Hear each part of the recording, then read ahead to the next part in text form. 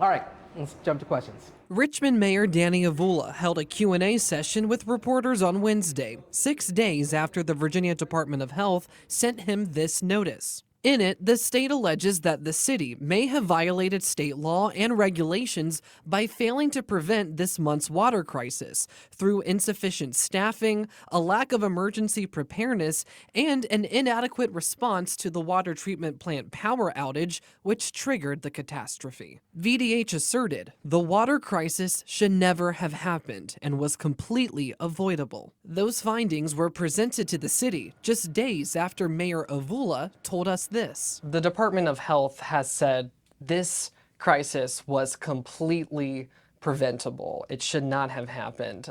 To my knowledge, I don't think you have said that on the record yet.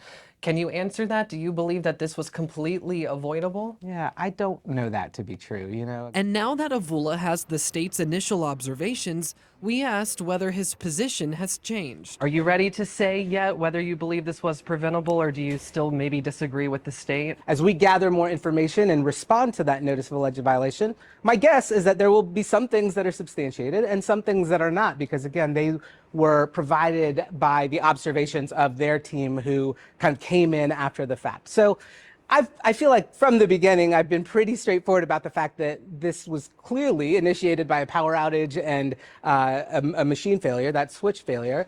But I imagine there are elements of our response that we really need to look at and that probably contributed to us not being able to to intervene in time. Avula maintains that those questions will be addressed through an independent investigation. You did campaign on transparency reform. Do you think it's fair or appropriate to charge thousands of dollars to get critical information like this? Yeah, that's the first I'm hearing that. I'm happy to look into it. I will say, just even in responding to FOIA responses myself, like having to go through my texts, probably took about 3 hours of time, right? And you think about the iterative impact on multiple FOIA requests.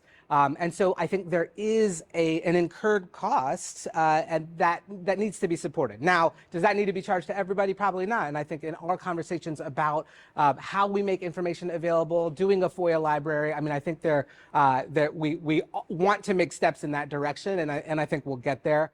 And the city also told us that even if we paid for these records, that much of the information about the water treatment plant's infrastructure and operations would be exempt from mandatory disclosure and therefore redacted.